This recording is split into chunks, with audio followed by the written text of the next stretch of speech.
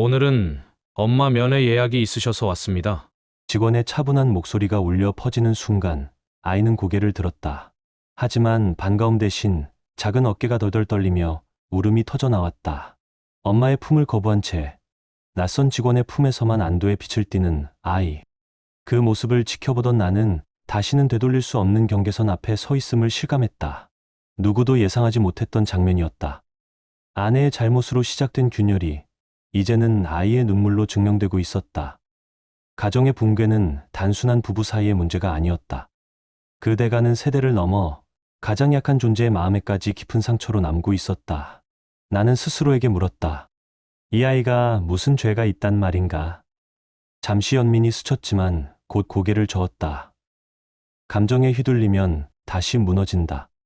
법과 진실, 그 차갑고 냉정한 두 단어만이 내 길을 지탱해주고 있었다. 이제 이야기는 단순한 불륜 고발이 아니다.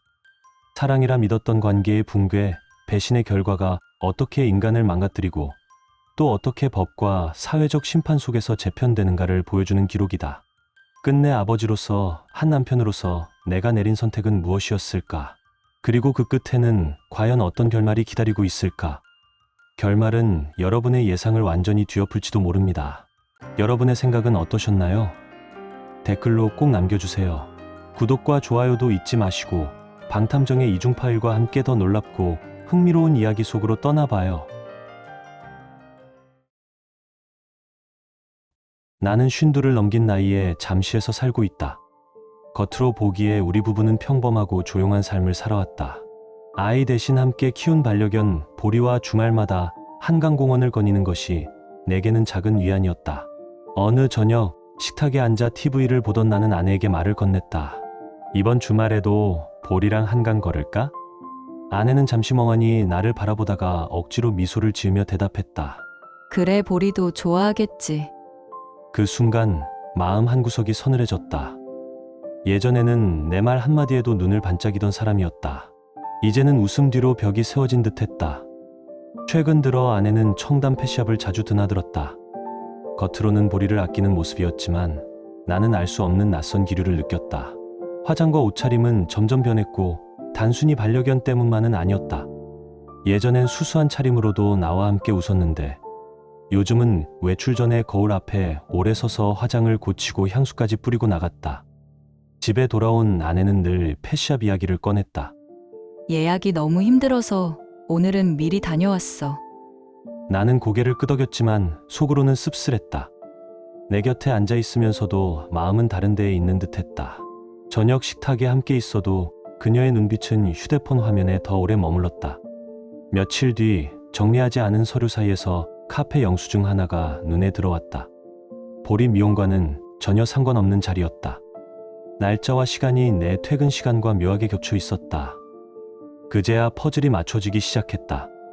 아내의 얼굴에 떠오른 낯선 웃음, 무언가를 숨기려는 눈빛, 늦어지는 귀가와 잦아진 화장, 모든 것이 하나로 이어졌다. 나는 더 조심스럽게 살폈다. 카드 내역에는 펫샵 이외의 카페와 식당 결제가 드러났다. 퇴근 후 늦게 들어오는 날이 늘었고 휴대폰은 손에서 떨어지지 않았다. 메시지가 오면 황급히 화면을 닫고는 별거 아니야라며 웃어넘겼다. 작은 의심들이 하나의 그림을 그려냈다. 겉으로는 여전히 평온한 가정이었지만 나는 보이지 않는 균열을 똑똑히 느끼고 있었다. 한강에서 보리와 함께 걷던 시간에도 아내는 웃지 않았다. 그녀의 눈빛은 늘 멀리 내가 닿을 수 없는 곳을 향해 있었다. 그리고 그 균열이 곧 돌이킬 수 없는 진실로 이어질 것 같은 불길한 예감이 가슴을 짓눌렀다. 나는 순간 놀라지 않을 수 없었다. 아내가 먼저 다가온 건 정말 오랜만이었기 때문이다. 왜 그래? 갑자기? 의아함이 스쳤지만 곧 얼굴에 환한 미소가 번졌다. 마치 오래 기다려온 순간이 돌아온 것만 같았다. 다시 내게 마음을 열어준 것 같은 착각이라도 그 사실만으로 가슴이 벅찼다. 며칠 뒤 아내는 떨리는 목소리로 입을 열었다. 있잖아, 나 임신했어. 그 순간 눈앞이 아득해졌다. 손끝이 떨리고 다리에 힘이 빠져 그대로 무너질 뻔했다. 정말이야? 하나님 감사합니다. 나는 아이처럼 두 손을 번쩍 들고 웃음을 터뜨렸다. 10년 넘게 기다려온 순간이었다. 가슴속 깊은 곳에 쌓여있던 벽이 단숨에 무너져 내리는 듯했다. 나는 아내의 손을 붙잡고 고맙다, 고맙다라는 말을 수없이 되뇌었다. 아내의 미소가 어딘가 어색했지만 그 미세한 떨림조차 알아차리지 못했다. 나는 이미 기쁨에 눈이 멀어 있었다. 그날 밤 잠이 오지 않아 인터넷을 헤매며 유모차와 아기 침대를 찾아봤다. 메모장에 가격을 적어가며 비교했고 휴대폰 화면을 보며 혼잣말을 했다. 남자아이일까 여자아이일까, 보리도 드디어 동생이 생기는구나. 입가에는 웃음이 멈추지 않았다. 아내도 옆에서 따라 웃었지만 그 눈빛은 분명 멀리 있었다. 나는 단순히 피곤해서 그런 거라 여겼다. 10년 만에 찾아온 기적 같은 소식을 전한 사람에게 의심할 이유가 없다고 스스로를 다독였다. 하지만 그 후로 아내는 전보다 자주 휴대폰을 손에 쥐고 있었다. 메시지가 오면 서둘러 화면을 닫으며 별거 아니야라고 넘겼다. 몸 상태 때문이라 설명했지만 나는 알 수 없는 거리감을 느꼈다. 밤늦게 화장실 불빛이 새어나오거나 창가에서 혼자 통화하는 모습이 눈에 밝혔다. 그러나 나는 끝내 모른 척했다. 임신했으니 예민해진 거겠지. 괜히 의심하면 안 되지. 스스로를 그렇게 설득하며 마음을 눌러 삼켰다. 나는 아이가 태어날 세상을 꿈꾸며 하루하루를 버텼다. 작은 방 하나를 아기방으로 꾸미고 벽지색을 고르며 환하게 웃는 아내의 모습을 상상했다. 한강에서 보리와 아기를 함께 데리고 산책하는 장면을 떠올릴 때면 가슴이 벅차올랐다. 이제 우리 집에도 아이 울음소리가 가득하겠구나. 나는 매일같이 속으로 외치며 희망을 붙잡았다. 그러나 마음 한켠에는 설명할 수 없는 불안이 늘 스며들었다. 아내의 눈빛은 여전히 나를 향하지 않았기 때문이다. 웃고 있었지만 그 웃음은 내게 닿지 않았다. 내 옆에서 미소 짓는 얼굴이 왜 이토록 멀게 느껴지는지 그 이유를 알 수 없었다. 나는 스스로를 다독였다. 괜찮아. 곧 아기가 태어나면 모든 게 달라질 거야. 그렇게 믿으려 했지만 가슴 속 불길한 예감은 점점 더 짙어지고 있었다. 나는 더 조심스레 아내의 일상을 살폈다. 아내는 예전보다 외출이 잦아졌다. 병원 검진이라며 늦게 들어오는 날이 늘었고 그럴 때마다 나는 습관처럼 카드 사용 내역을 확인했다. 산부인과라면 나와 함께 가도 될 텐데 아내는 늘 혼자 다녀왔다. 내가 같이 가줄까라고 말하면 아내는 당황한 듯 손사래를 치며 괜찮아라고 했다. 의심은 커졌지만 나는 끝내 믿고 싶었다. 10년을 기다린 아이였다. 불안보다 아버지가 된다는 설렘이 더 크게 나를 흔들었다. 나는 스스로를 다독이며 속으로 되뇌었다. 괜찮아. 이제 진짜 행복해질 거야. 그리고 마침내 그날이 왔다. 서울의 산부인과에서 들려온 조산사의 목소리가 아직도 귓가에 선하다. 축하드립니다. 건강한 아들입니다. 그 순간 눈물이 왈칵 쏟아졌다. 다리에 힘이 풀려 바닥에 주저앉을 뻔했다.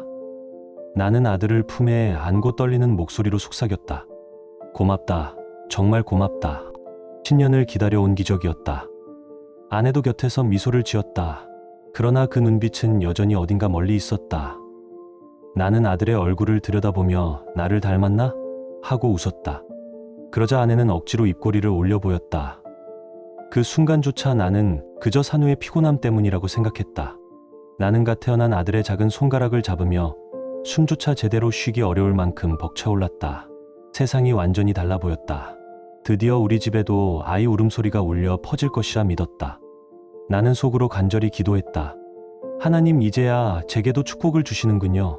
집으로 돌아온 뒤 하루하루는 설렘으로 가득했다. 작은 방 하나를 아기방으로 꾸밀 계획을 세웠고 벽지색을 고르며 혼자 미소 지었다.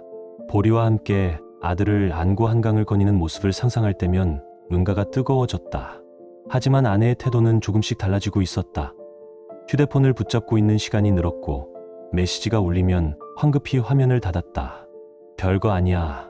그녀는 늘 그렇게 웃으며 넘겼지만 그 웃음은 더 이상 내게 닿지 않았다.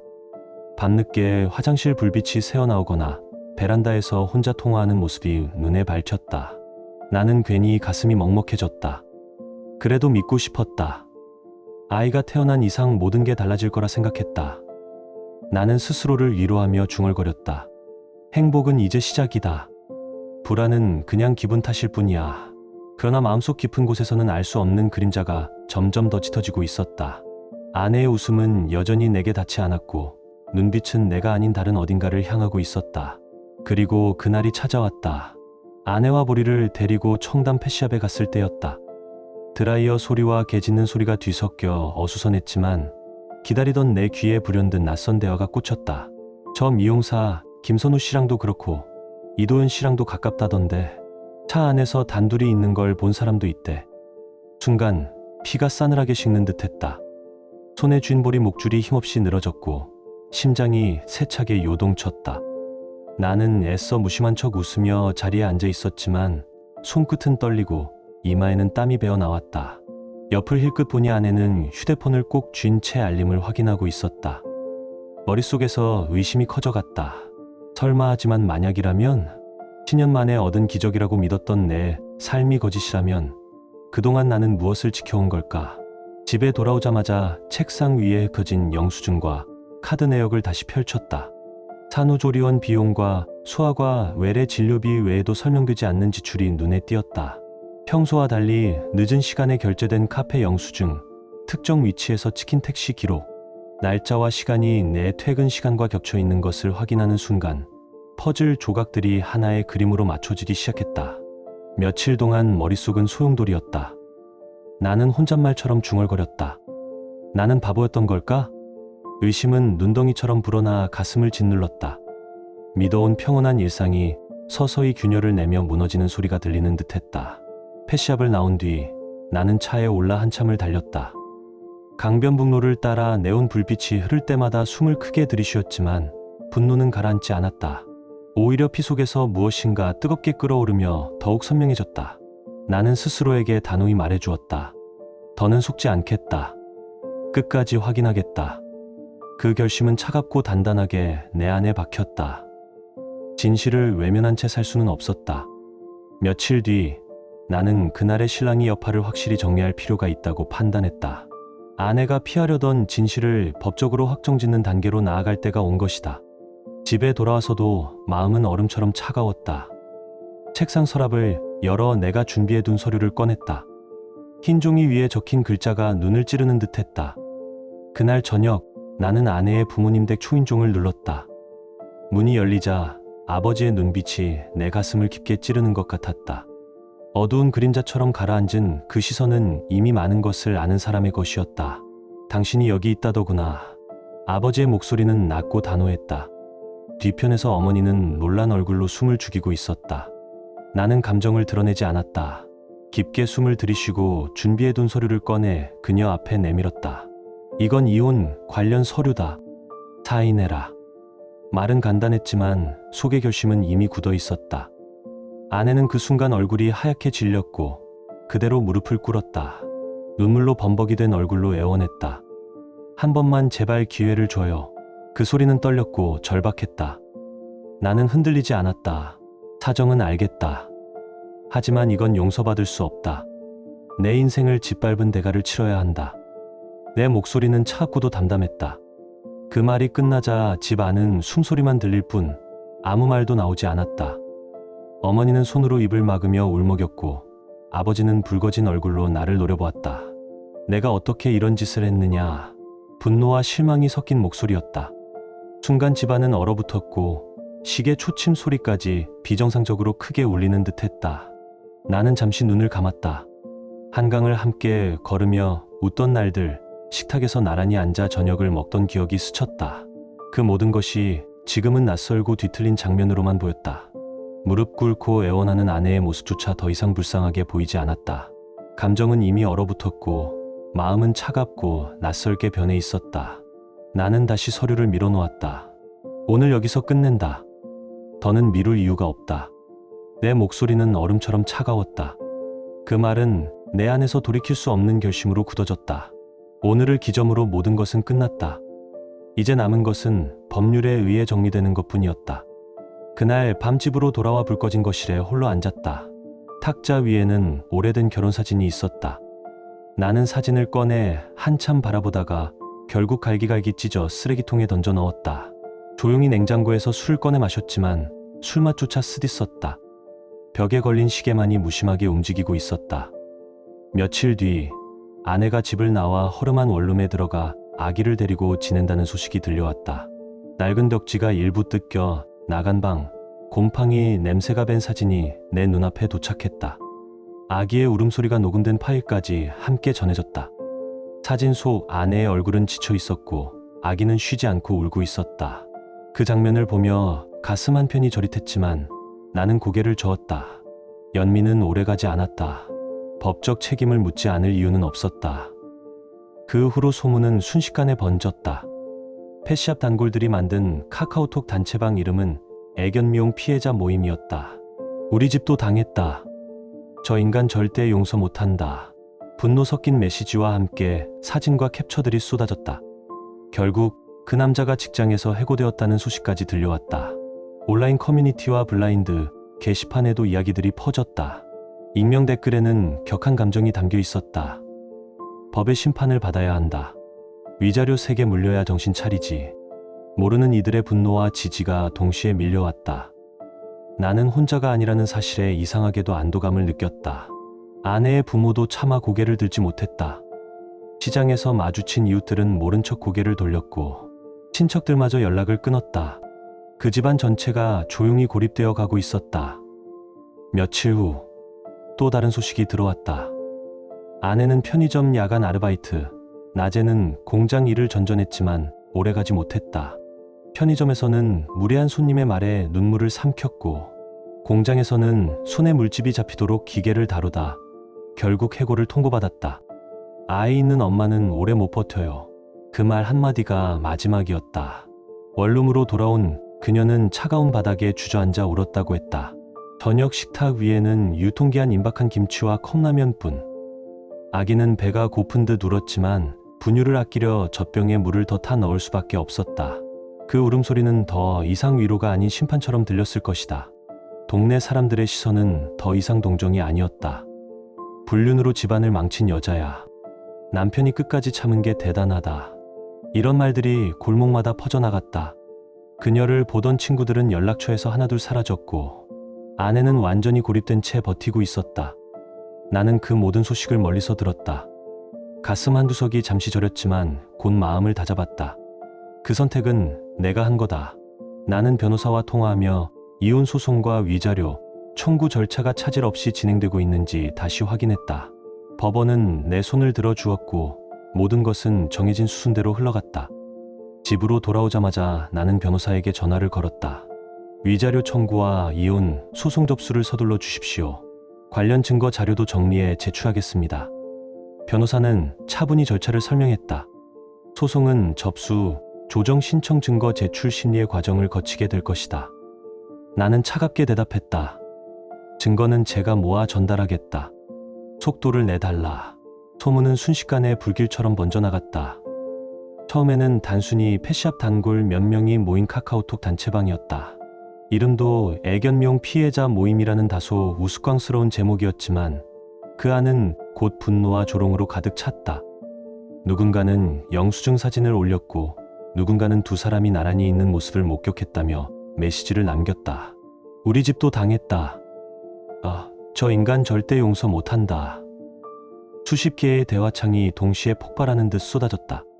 캡처된 메시지와 증거 사진은 방을 넘어 다른 채팅방과 온라인 커뮤니티로 퍼져나갔다.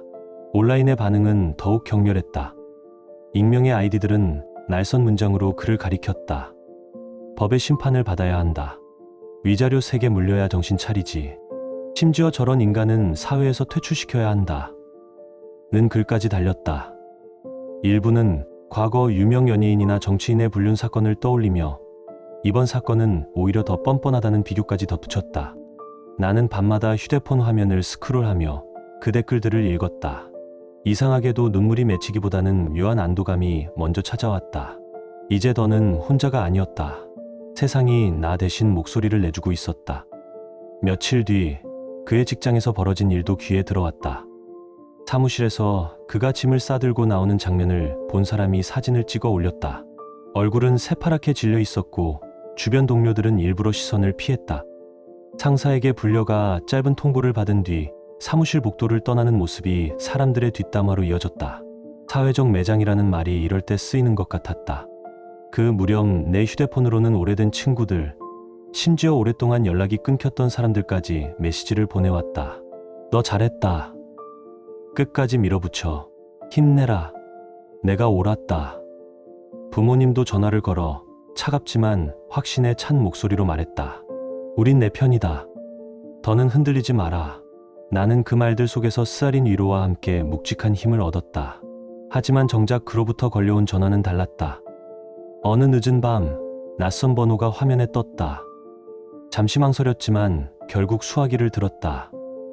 수화기 너머의 목소리는 갈라지고 떨렸다. 내 탓이야. 다 내 탓이라고. 직장도 잃고 사람들한테 낙인까지 찍혔어. 나는 잠시 숨을 고른 뒤 차갑게 대답했다. 법이 정한 대로 처리하겠다. 더는 말할 필요 없다. 그 짧은 대화는 얼음처럼 싸늘하게 끊겼다. 남은 건 공허한 신음뿐이었다. 한쪽은 절망 속에서 발버둥쳤지만 다른 한쪽은 이미 돌처럼 굳어 있었다.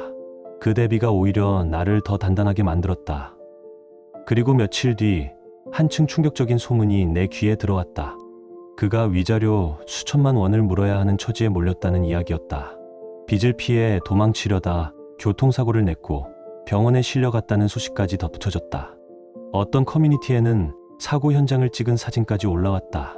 찌그러진 차량, 희미한 혈흔, 그리고 인과응보다라는 냉정한 댓글. 누군가는 그를 동정했지만 대부분은 조롱과 비난이었다. 끝났구나. 나는 창가에 서서 혼잣말을 중얼거렸다. 서울의 야경은 언제나처럼 반짝였지만 그 불빛은 나와는 아무 상관없는 세계처럼 보였다. 불과 몇 해 전 아내와 함께 그 불빛을 바라보며 웃던 날이 있었는데 이제는 그 기억조차 낯설었다. 한강의 낮 풍경, 강바람을 맞으며 보리와 함께 걸었던 발자국들은 흩어진 조각처럼 사라졌다. 오직 것만이 남았다. 법이 나를 증명해주고 세상이 내 편에 서 있었다. 나는 다시 다짐했다. 법대로 침착하게 다시는 내 가정을 이렇게 무너뜨리지 않겠다. 그 다짐이 내 어깨를 지탱하는 유일한 힘이었다. 설령 세상이 흔들려도 이제 나는 더 이상 피해자가 아니었다. 나는 끝까지 증명했고 정의는 내 편에 있었다. 그리고 그것으로 충분했다. 아내 역시 끝내 버티지 못했다. 야간에는 편의점 계산대에 서고 낮에는 공장 라인에서 기계 소음을 견디며 일했지만 오래가지 못했다. 편의점에서는 술 취한 손님이 던진 모욕적인 말에 눈물을 삼켜야 했고 공장에서는 손에 물집이 잡히도록 버텼지만 관리자의 차가운 한마디에 무너졌다. 아이 있는 엄마는 오래 못 버텨. 그 말은 사실상 해고 통지나 다름없었다. 허름한 원룸으로 돌아온 그녀는 곰팡이 냄새가 밴 벽에 기대어 한숨을 내쉬었다. 차갑게 식은 바닥, 낡은 전등 아래 작은 식탁에는 유통기한이 임박한 김치와 값싼 컵라면이 전부였다. 아기는 배고픈 듯 울어댔지만 분유값을 아끼려 젖병에 물을 더 타 넣을 수밖에 없었다. 그 울음소리를 안고 바닥에 쓰러지듯 앉은 그녀의 어깨가 절망으로 떨렸다. 동네 사람들의 시선은 이제 동정이 아니었다. 불륜으로 집안을 망친 여자야. 남편이 끝까지 참은 게 대단하지. 이런 말들이 골목마다 흘러나왔다. 시장에서 그녀를 본 사람들은 모른 척했고 예전 친구들조차 연락처에서 하나둘 사라졌다. 온라인 커뮤니티와 블라인드에는 익명의 글들이 연이어 올라왔다. 자업자득이지. 애는 불쌍하지만 엄마 책임이야. 댓글 창마다 분노와 조롱이 섞여 달렸다. 핸드폰 화면을 던지고 울부짖는 그녀의 모습은 아무도 위로하지 않았다. 나는 그 모든 소식을 멀리서 들었다. 처음에는 가슴 한두 석이 저릿했지만 곧 스스로를 다잡았다. 그 선택은 내가 한 거다. 나는 책상 위에 펼쳐진 서류를 다시 확인했다. 위자료 청구와 이혼, 소송은 이미 법원의 인정을 받았고 모든 것은 정해진 수순대로 흘러가고 있었다. 그녀는 갈 곳이 없어 닥치는 대로 구직을 시도했다. 하지만 면접장은 언제나 싸늘했다. 아이 맡길 데가 없다면 어렵습니다. 그 말 한마디에 고개를 떨군 채 돌아오는 길. 그녀의 두 손은 점점 텅 비어갔다. 결국 마지막 희망이라 믿고 붙잡은 것은 인터넷 광고였다. 재택근무로 월 300만 원 보장. 그 문구에 매달린 그녀는 처음엔 교재비 몇만 원을 냈다. 그러나 곧 추가 지원비, 관리비라는 이름으로 더 많은 돈을 요구받았다. 눈치챘을 때는 이미 수십만 원의 빚이 쌓여 있었고 원룸 바닥에 주저앉아 머리를 감싸쥔 그녀 옆에서 아기는 끊임없이 울어댔다. 그 울음은 더 이상 위로가 아닌 심판처럼 방 안을 메웠을 것이다. 동네와 온라인에는 그녀의 몰락이 이미 사실처럼 퍼져나갔다. 누군가는 아기의 울음소리가 담긴 원룸 사진을 흘렸고 다른 이는 그녀가 사기에 당했다는 소문을 덧붙였다. 이제는 불쌍하다는 말조차 사라지고 스스로 자초한 인생이라는 낙인만 남았다. 나는 여전히 냉정을 유지하려 했었다. 아이를 상담소에 맡겼다는 이야기를 들었을 때 잠시 가슴이 먹먹해졌지만 곧 스스로를 다잡았다. 다시는 속지 않는다. 법대로 끝까지 간다. 그녀의 추락은 멈추지 않았다. 원룸 불빛 아래서 아이를 안고 울던 모습이 소문이 되어 내 귀에 들어올 때마다 나는 잔인하게도 안도감을 느꼈다. 모든 것이 법과 사실에 의해 정리되고 있었고 이제 남은 것은 내 삶을 새로 세워가는 일이었다. 나는 더 이상 개입하지 않았다. 이미 모든 끈은 끊어졌고 내 삶은 다른 길을 향해 가야 했다. 다만 때때로 보리를 데리고 한강을 걷던 시절이 떠올랐다. 바람이 스치던 오후, 함께 웃으며 남긴 발자국들, 꼬리를 흔들던 보리의 모습은 이제 되돌릴 수 없는 과거가 되어 있었다. 다시는 속지 않겠다. 나는 스스로 다짐했다. 그리고 다시는 내 가정을 무너뜨리는 어리석음을 허락하지 않겠다. 며칠 뒤 사회복지기관에서 연락이 왔다. 주 1회 면회부터 시작하겠습니다. 차갑지 않은 목소리였지만 그 말은 마치 최종 판결문처럼 내 가슴을 눌렀다.